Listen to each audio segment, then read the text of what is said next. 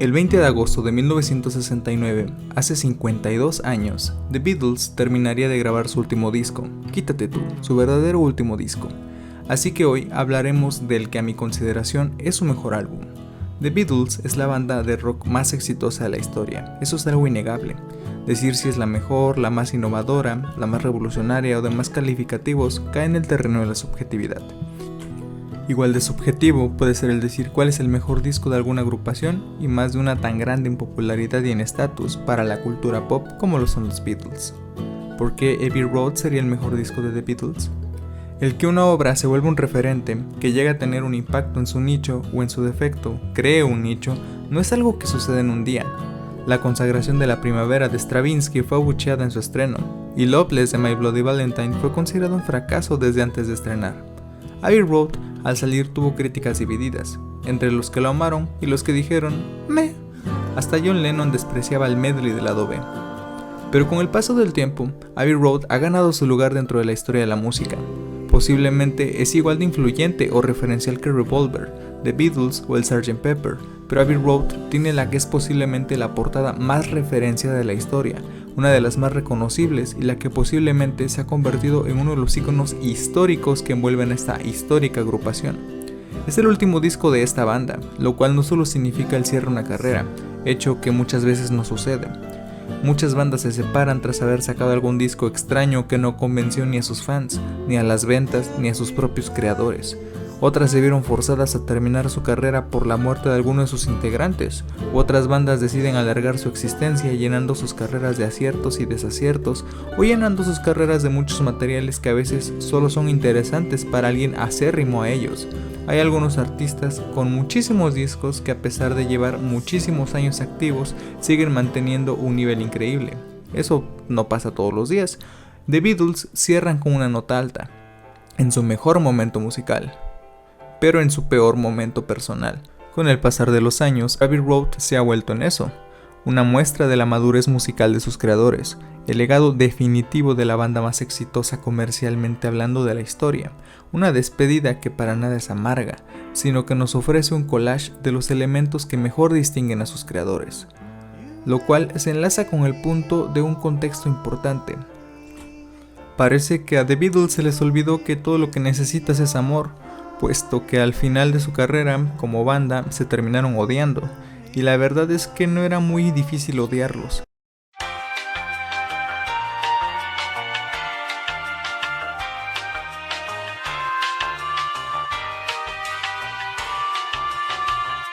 El dictador logró juntar una banda rota al club de la ausencia de inteligencia emocional para hacer lo que mejor sabían hacer, tocar bien y hacer buena música. Y no solo ellos, sino que tenían a George Martin en las consolas, el responsable de que Yesterday, Eleanor Rigby y Strawberry Fields Forever se coronaran como el himno a la nostalgia, a la gente olvidada y a la infancia nostálgica, respectivamente. Además de algo que es muy pocas veces comentado, él fue el responsable de que los Beatles supieran que había un mundo más allá del círculo de sol y que todas las medallas que se les pudieran colgar a la banda de innovadores, revolucionarios o complejos en realidad eran para él. George Martin volvió a trabajar con la banda, solo porque McCartney dijo que harían un disco a la antigüita, como en sus mejores años. Y entre su crew para la grabación del mismo no estaban cualquier pasante, sino que tras la consola de grabación estaba Geoff Emerick, responsable de las grabaciones experimentales del Revolver y del Sgt. Pepper, además de que en la posteridad terminó grabando a la orquesta Mahavishnu y a Gentle Giant en los mejores años del rock progresivo. Y como asistente de grabación estaba Alan Parsons, un jovencillo que terminó grabando y produciendo el Dark Side of the Moon de Pink Floyd y también su Atom Heart Mother. Este es el fondo de la creación de Abbey Road. Así que hablemos de lo que realmente lo vuelve grandioso, su música.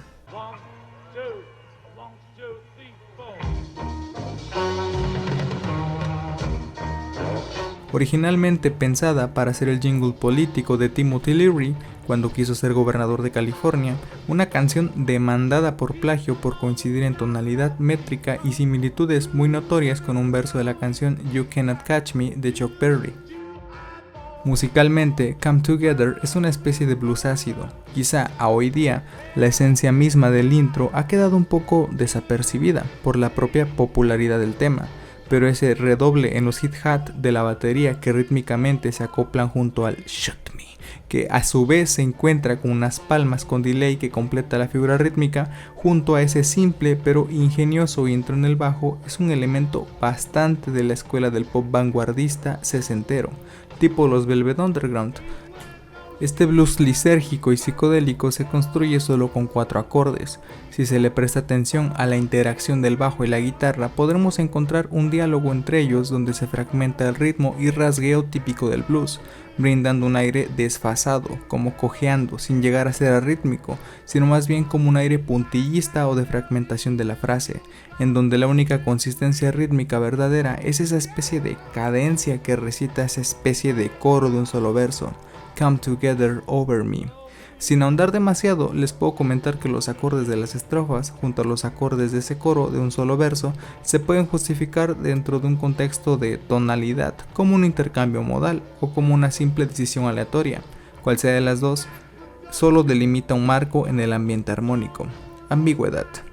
La interpretación, ecualización y el sonido de todo es muy chulo, natural y cálido, mientras que el sonido de ese piano, un Fender Rhodes, apenas y se deja ver solo con unas cuantas notitas, como una cereza en pastel. Terminamos con un acorde en bucle que nos llevará a un fade out, para terminar con un solo sencillo pero efectivo.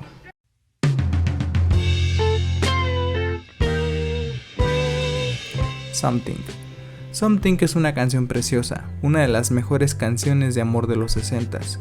La música siempre es discursiva, hay preguntas y respuestas, diálogos, dirección e intención. Se cuenta que los quebrados y distantes Beatles decidieron unirse para grabar esta canción a la perfección. La razón, George la tocó para todos y todos quedaron convencidos de que la canción era increíble. Incluso Lennon y McCartney admitieron que en ese momento Harrison estaba a su nivel. La letra es sencilla, pero honesta, una declaración de amor. Hay algo en la manera en la que ella se mueve que me atrae como ningún otro amante. La discursiva más interesante de esta canción es la melodía coral incrustada dentro de la propia progresión armónica. Esta línea empieza con un do agudo y desciende un medio tono consecutivamente, generando diferentes acordes e intervalos a su paso, algunos más o menos disonantes que obligan a la armonía a moverse hacia otro lugar, en un balance entre tensión y relajación con una sola dirección, con un recorrido, el de la incertidumbre.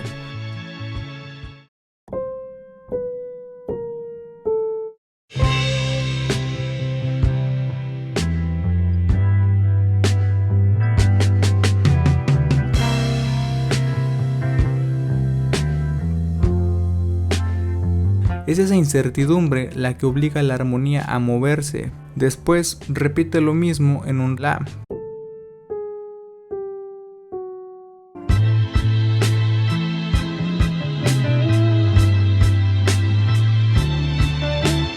Para verse obligado siempre a volver al mismo lugar. El coro responde a esa misma dirección en bajada, pero con un entorno que se siente más brillante. Esta es una manera en la que George refuerza su discurso, en donde este fragmento no es cualquier cosa, es el momento de la pieza. Hay una fuerte carga emotiva, brillo y potencia. La dirección en bajada esta vez es propia de la escala y con acordes propios de la tonalidad, a excepción de uno. Esta vez no estamos ante incertidumbre, es estabilidad, sumado a ese acorde ajeno, un sol mayor que nos lleva a un la mayor. Estamos frente a un modo mixolidio. Para no meterse más aún en estas cosas teóricas, estamos frente a uno de los recursos musicales más aceptados como que representan brillo.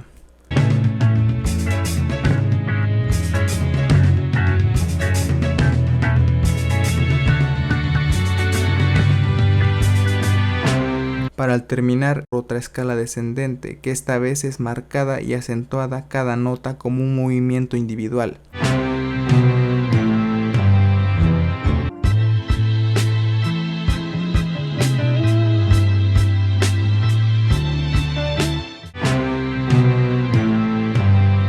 Además de que en el coro el ritmo se ha acelerado y hay mucho más movimiento en los instrumentos, que nos dejan claro dos secciones dentro de la canción. Una parte A, donde todo es más íntimo, contenido, inestable, mas no en un terreno de la incomodidad o del desorden, contrastado con una parte B, donde todo explota, es eufórico y estridente, en donde un elemento germinal funciona como un recorrido a este discurso, que a mi lectura decidiré nombrar como el paseo a las emociones de ese amor idealizado que Harrison plasma en su letra.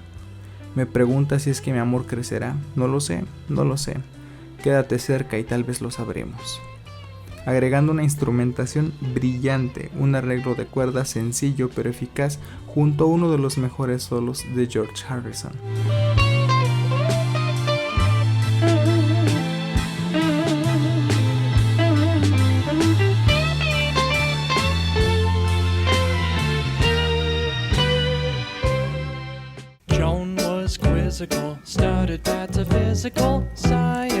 Esta canción sin duda es vanguardista, una mezcla de pop barroco, una ambientación de music hall, elementos de psicodelia ligera, dentro de un juego de colores armónicos que, aunque siempre están dentro de una sola tonalidad, no temen a jugar con las sonoridades propias de esta.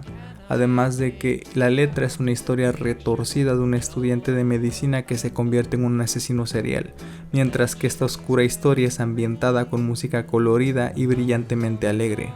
Como anécdota, existe que esta canción quiso ser grabada y pulida a la perfección a la visión de McCartney, lo que terminó en que sus compañeros de banda terminaran odiando esta canción. ¿Y ya? Es decir, la canción no es mala ni aburrida, pero no es lo mejor de McCartney. Aunque escuchando la conciencia de que la canción fue hecha a finales de los 60s, en la época en la que unir grabaciones y editar la mezcla era un proceso completamente analógico, de literalmente cortar y unir cintas y sobregrabar sobre algunas de ellas, bueno, en realidad el trabajo de la producción y al estar tan pulido habla de un trabajo bastante complejo a la hora de grabar y editar, razón por la que Ringo Starr dijo que nunca quería volver a escuchar esta canción tan solo semanas después de estrenado el disco. Tal vez fue eso, o tal vez fue el hecho de que Paul lo hizo golpear un yunque de metal con un martillo al compás del coro, solo y de la conclusión.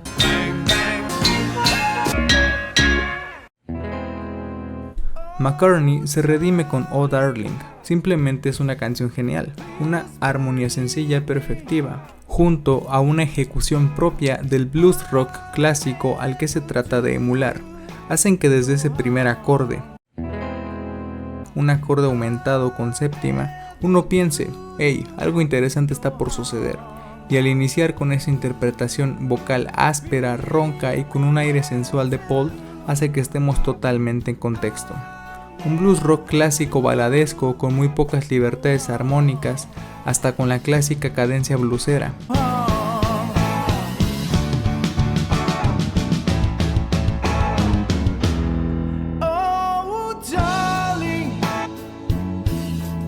Una clásica melodía del doo-wop de los 50s pone en evidencia que en contraste con la canción anterior, a veces como compositor y productor, menos es más.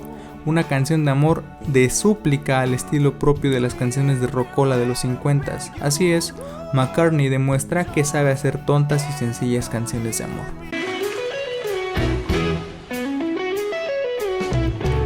Si cada uno de los Beatles ya había presentado sus temas, tocaba el tiempo a Ringo presentar el suyo, y su participación como compositor y voz principal en este disco se presentan como un medio camino entre un country rock con una guitarra jungle arpegiada, con todo y ese bajo country contrastado con un pop barroco.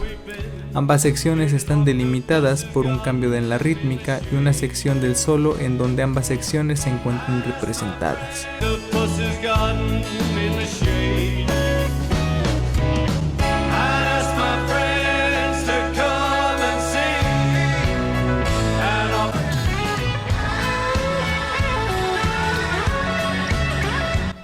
Terminando con esas chulas frases en la guitarra que recuerdan justamente al rock skiffle de los inicios de la banda, con The Quarrymen, todo ilustrado en una escena fantasiosa de escaparse de los problemas de la vida cotidiana e irse al fondo del mar, al jardín de un pulpo.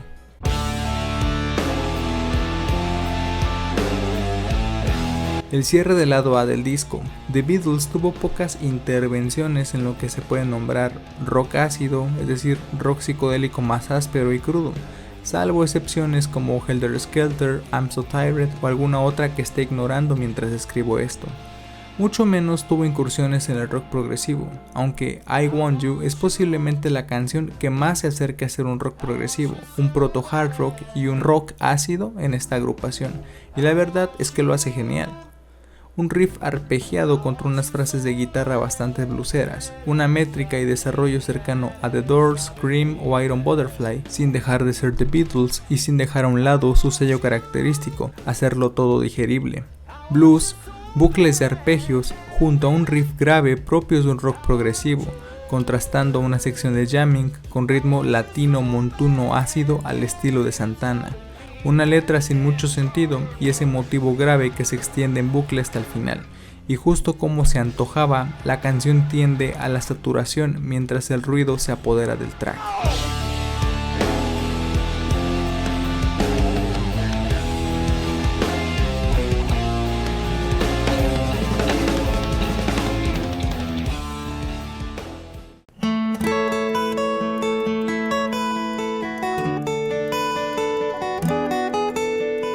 Una canción sencilla, dulce, alegre, definitivamente una canción para estar de buenas, como una carta al optimismo, junto a unas guitarras arpegiadas con punteos de jungle pop, junto a ese sencillo pero muy efectivo uso de un Moog, contrastando incluso con un cuarteto de cuerdas, como de ese Sunshine Pop o pop de goma de mascar, como la canción Sugar de Archie o el de Banana Split de Leo.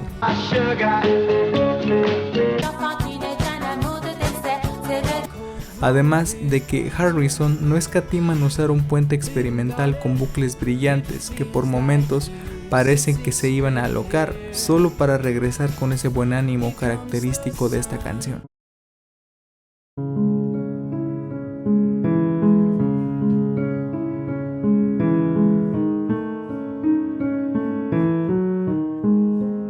Con una inspiración en los arpegios del primer movimiento de la sonata para piano número 14, conocida popularmente como Claro de Luna, de Ludwig von Beethoven, con ese mismo acorde inicial y esa esencia de los movimientos cortos entre acordes, se construye esta canción.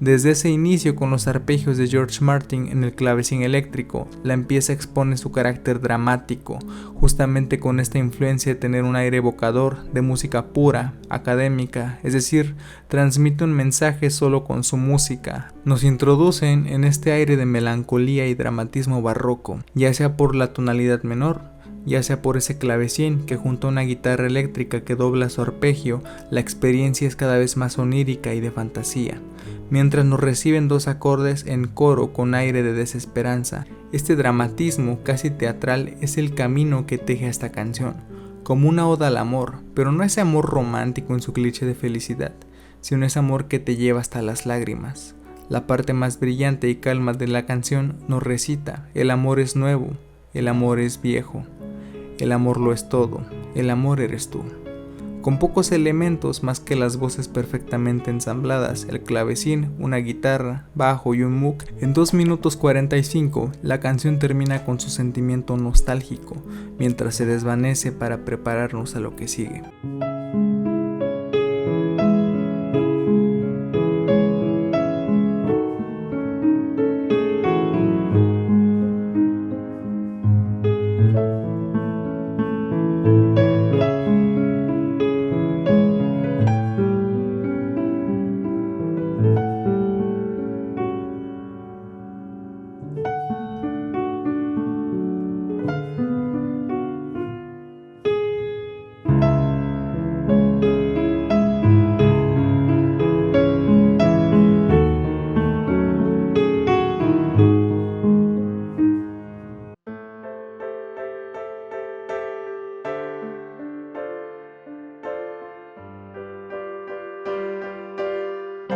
8 canciones que se conforman en un solo concepto, o una canción dividida en 8 secciones. El inicio es hermoso, una balada pop de las que McCartney continuaría haciendo durante su carrera en solitario, que en sus 4 minutos de duración se antoja psicodélica, experimental, incluso vanguardista, por supuesto sin dejar de ser digerible, mientras lentamente se convierte en algo que se antoja a psicodelia ligera, con un bucle arpegiado y un solo improvisado, mientras las grabaciones y sonidos ambientales se apoderan de la mezcla. Y llegamos a la segunda sección, mi favorita del medley.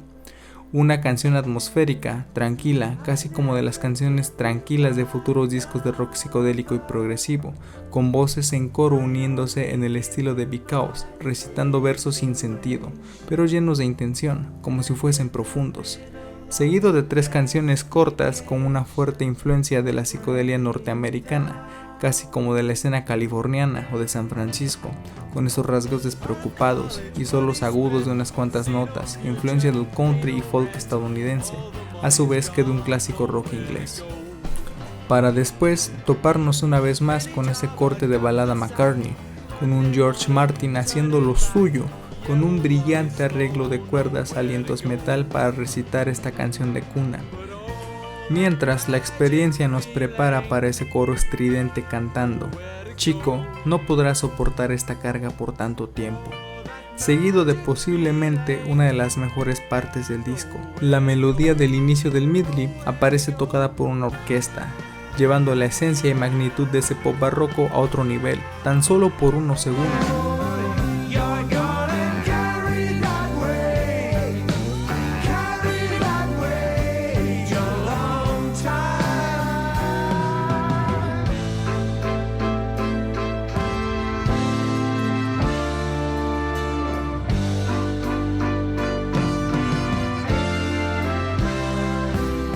Para volver a donde empezamos, volver al coro y dejarnos con ese bucle psicodélico que funcionó como un puente. Para ahora sí, terminar el disco. The Beatles nunca fue una banda de muchísimos solos en un sentido de jamming o improvisación, es decir, en muchas ocasiones sí que sus canciones tuvieron solos o riffs, pero no en ese sentido despreocupado y juguetón de la improvisación, aun con convivir en los años más fuertes de la psicodelia. Curiosamente, decidieron terminar el medley con solos de cada uno, un solo de batería de Ringo, que si bien no es el más complejo o virtuoso del mundo, la verdad es que está bastante bien, y con ese estilo bastante contenido y cuidado de Stark. Seguido de 3 solos de guitarra, uno de cada uno de los integrantes, con el mismo calificativo el de Ringo, contenidos pero efectivos. Lo más bonito de la anécdota es que Geoff Emerick comentó que durante las grabaciones de sus solos no había enemistades, no había egos chocando. Eran los 4 amigos divirtiéndose, haciendo lo que más amaban hacer música. Pues justamente, el disco cierra con uno de los mejores versos de la banda. Al final, el amor que tomas es igual al amor que haces.